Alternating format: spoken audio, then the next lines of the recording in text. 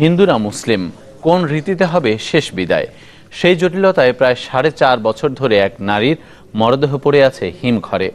দীর্ঘ আইনের লড়াই শেষে মুসলিম রীতিতে দাফনের নির্দেশ দিয়েছেন হাইকোর্ট।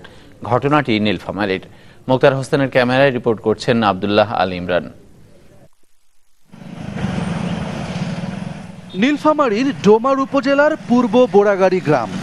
এই গ্রামের জহুরুল ইসলামের ছেলে হুমায়ুন ফরিদ লাজু 2013 সালের 28 অক্টোবর ভালোবেসে বিয়ে করেন খামার বমুনিয়া গ্রামের অক্ষয় কুমার রায় মাস্টারের মেয়ে নিপা রানী রায়কে। বিয়ের পর নিপা নাম বদলে রাখেন হোসনে আরা লাইজু। কিন্তু এই বিয়েকে মেনে নিতে পারেননি মেয়ের বাবা। ফরিদের বিরুদ্ধে অপহরণ মামলা করেন। আদালতে মেয়েকে অপ্রাপ্ত বয়স্ক ও পাগলও দাবি করেন তিনি। আমার ছেলে ফুড পয়জনিং হয়ে অসুস্থ করে, আমি মেডিকেলে ট্রিটমেন্ট করার পর আমার ছেলে মৃত্যুবরণ করে। এরপর মেয়েকে নিজের জিম্মায় নেন তার বাবা। দুর্বিষহ এক অভিজ্ঞতা নিয়ে বাবার বাড়িতে ফিরলেও স্বাভাবিক জীবনে আর ফিরতে পারেননি লাইজু। মেয়েটা শারীরিক মানসিক নির্যাতন, তার বাবা মা তার ভাই মেডিকেলে যখন মারা যায় তখন মেয়ে কিন্তু চিৎকার করে বলে, আমি মারা যাওয়ার পরে মুসলিম শরীয়তে আমার জন্য দাপন করে আমার শ্বশুর বাবা। ঘটনা এখানেই শেষ নয়, শুরু হয় নতুন জটিলতা। নিপা ওরফে লাইজুকে ইসলামী শরিয়াহ মোতাবেক দাফনের আবেদন করেন শ্বশুর, কিন্তু মেয়েটির বাবা মা এতে বাদ সাধেন। আমি মানি নিছি, ওরা মানি নেই। তাদের এই ভুলের কারণে আজকে এই দুইটা ফুলের মতো জীবন নষ্ট হয়ে গেল। দুই পরিবারের টানাটানিতে দীর্ঘ 4.5 বছর ধরে রংপুর মেডিকেল কলেজ হাসপাতালের হিমঘরে পড়ে আছে লাইজুর মরদেহ। তো বাবা মা যদি একটু সাথ দিত তাই মেয়েদের এরকম কঠিন হইতো না, আমি এতদিন মর্গে পড়ে থাকতেও না। আমরা বিভিন্ন সময়ে বিষয়টি নীলফামারী প্রশাসনকে অবগত করি। সেখান থেকে জানানো হয় যে যেহেতু মামলাটি বিচারাধীন, এই জন্য মহামান্য কোর্টের নির্দেশ ছাড়া এটাকে ডিসপোজ করার কোনো সুযোগ নেই।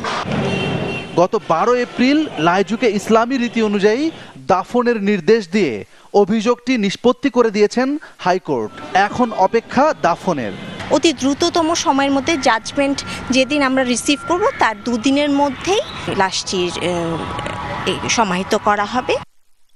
এদিকে খোকন নন্দী ওরফে রাজীব চৌধুরী নামে এক ব্যক্তির লাশ প্রায় 4 বছর ধরে পড়ে আছে ঢাকা মেডিকেলের মর্গে। এখানে 2 নারী লাশটির দাবিদার, একজন মুসলিম, অন্যজন হিন্দু। ওনার 2 ওয়াইফ 2 ধর্মের, ওনারা এসে ডিমান্ড করেছেন যে 2জনই ক্লেম করেছেন নিয়ে যাবেন। ওনাদের গন্ডগোল দেখে তখন আমরা আমাদের যা রুলস রেগুলেশন সেই মতো আমরা পুলিশকে ইনফর্ম করেছি। এ ঘটনায় আদালতে মামলা চলছে। বিপাকে পড়েছে মর্গ কর্তৃপক্ষ। মানুষের শরীর থেকে যে গ্যাসটা বাইর হয়, পচনশীল গ্যাসটা, ওই গ্যাসটা আমাদের ফ্রিজকে ক্ষতি করে ফেলে। প্রায় 4.5 বছর পর নিপা ওরফে লাইজুর লাশের সমাধান হলো। ওদিকে ঢাকা মেডিকেলের মর্গে পড়ে থাকা খোকন নন্দী ওরফে রাজীব চৌধুরীর লাশের সৎকার হবে নাকি দাফন, সেই সিদ্ধান্ত নেবেন আদালত। আব্দুল্লাহ আলী যখন চাইবেন তখনই তাকে দেশে আনা সম্ভব। সকালে নয়াপল্টনে মহিলা দলের এক দোয়া মাহফিলে এমন মন্তব্য করেন বিএনপির স্থায়ী কমিটির সদস্য খন্দকার মোশাররফ হোসেন। বলেন, সরকার চাইলেই তাকে দেশে ফেরাতে পারবে না। বিএনপির এই নেতা আরও বলেন, স্বাভাবিক প্রক্রিয়ায় পাসপোর্ট জমা দিয়েছেন তারেক রহমান। রাজনৈতিক আশ্রয় নিতেই তার এই সিদ্ধান্ত। রাজনৈতিক ফায়দা নিতে এই ঘটনা নিয়ে সরকার বিভ্রান্তি ছড়াচ্ছে বলেও অভিযোগ করেন তিনি। দোয়া মাহফিলে বিএনপি চেয়ারপারসন বেগম খালেদা জিয়ার দ্রুত আরোগ্য কামনা করা হয়। সেই সাথে তার উন্নত চিকিৎসারও দাবি জানান নেতাকর্মীরা।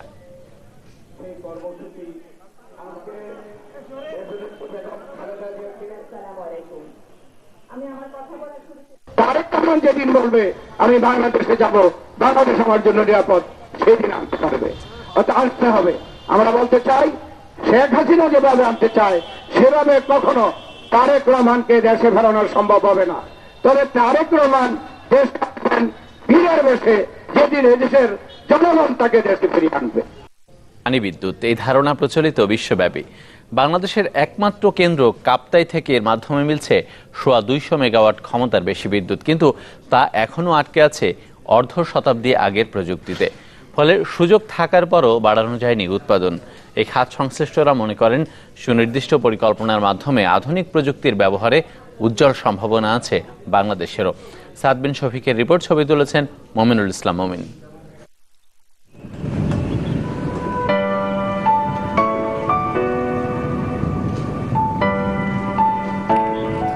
নৈসর্গিক সৌন্দর্যের লীলাভূমি রাঙামাটির কাপ্তাই লেক। উঁচু পাহাড়ে ঘেরা এই জলাধারের গুরুত্ব যতটা না নান্দনিকতায় তার চেয়েও বেশি অর্থনৈতিকভাবে, কেননা এখানকার পানি প্রবাহই সচল রেখেছে দেশের একমাত্র জলবিদ্যুৎ কেন্দ্রটি। 1962 সালে যাত্রা শুরু করা কর্ণফুলী জলবিদ্যুৎ কেন্দ্রের বর্তমানে সর্বোচ্চ উৎপাদন সক্ষমতা 242 মেগাওয়াট, প্রতি ইউনিটে যার ব্যয় 1 টাকারও কম। এই প্রযুক্তিতে বিনিয়োগ যেমন কম, তেমনি সুফলও মেলে দীর্ঘ সময়। সোলার, বায়ুবিদ্যুৎ, ওইখানে যে সমস্ত ইনভেস্টমেন্ট কস্টটা যত বেশি, সেই তুলনায় জলবিদ্যুতের ক্ষেত্রে ইনভেস্টমেন্ট কস্ট কম, কিন্তু এই কমটা নির্ভর করে যে জলবিদ্যুতের যে উৎস এবং যে ব্যবস্থাপনা। মূলত কম খরচে পরিবেশ বান্ধব এবং নিরবিচ্ছিন্ন উৎপাদনের জন্য বিশ্বব্যাপী জনপ্রিয় জলবিদ্যুৎ। ইন্টারন্যাশনাল এনার্জি অ্যাসোসিয়েশনের হিসেবে 2016 সালে বিশ্বের মোট উৎপাদনের 17 ভাগই এসেছে এই পদ্ধতি কাজে লাগিয়ে। তবে এই সুবিধা খুব কমই ব্যবহার করতে পারছে বাংলাদেশ।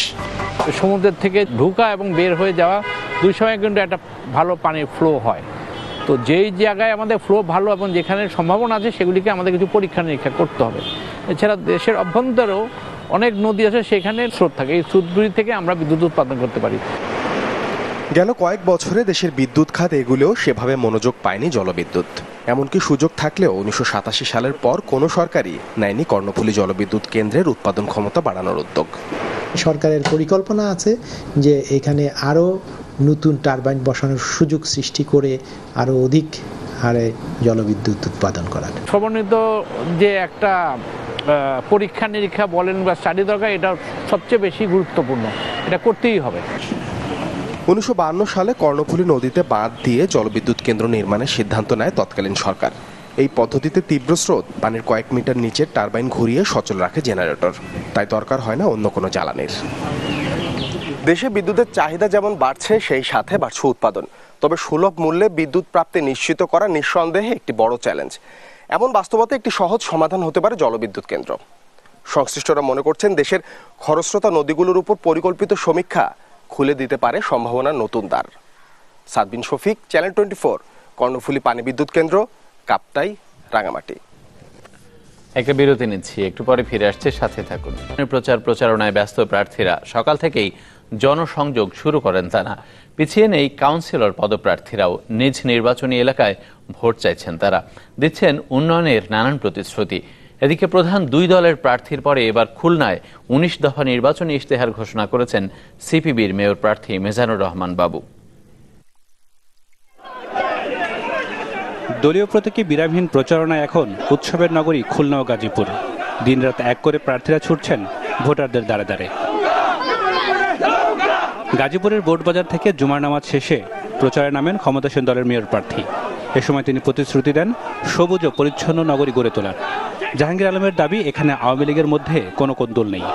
আমার মানুষ, আমাদের এলাকাবাসী সবাই তারা দলবদ নির্বিশেষে তাদের সন্তান হিসেবে আমাকে তারা বিশ্বাস করছে, বিশ্বাস করে তারা আজকে আমার জন্য, নৌকার জন্য এবং আমার ভোটের জন্য সবাই দোয়া চাচ্ছে এবং ভোট চাচ্ছে।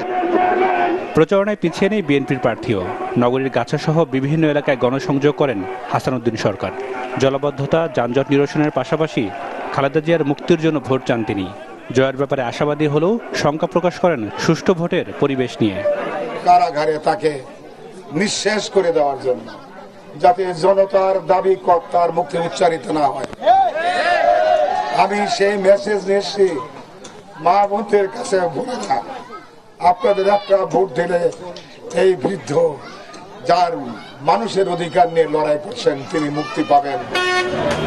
নগরপিতা নির্বাচনে কাকে বেছে নেবেন তা নিয়ে নানা হিসাব নিকাশ আছে ভোটারদের। বলছেন দলমত নয়, নগরীর উন্নয়ন ও বিপদে আপদে যাকে পাশে পাওয়া যাবে তিনি এগিয়ে থাকবেন।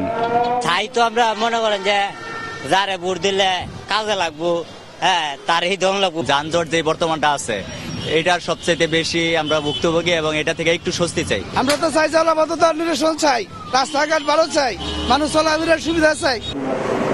খুলনায় ইশতেহার ঘোষণা করেছেন বাংলাদেশের কমিউনিস্ট পার্টির মেয়র প্রার্থী মিজানুর রহমান বাবু। এতে সিটি কর্পোরেশনকে নাগরিক সেবা কেন্দ্র হিসেবে গড়ে তোলার পাশাপাশি সবার জন্য বাসযোগ্য নগরী গড়ে তোলার প্রতিশ্রুতি দেন তিনি। পরিবেশ বান্ধব সুষম উন্নয়ন এবং নাগরিক অধিকার সুরক্ষার মাধ্যমে কর্পোরেশনকে নাগরিক সেবা কেন্দ্র হিসেবে গড়ে তোলার পাশাপাশি সবার জন্য বাসযোগ্য নগর গড়ে তোলা হবে।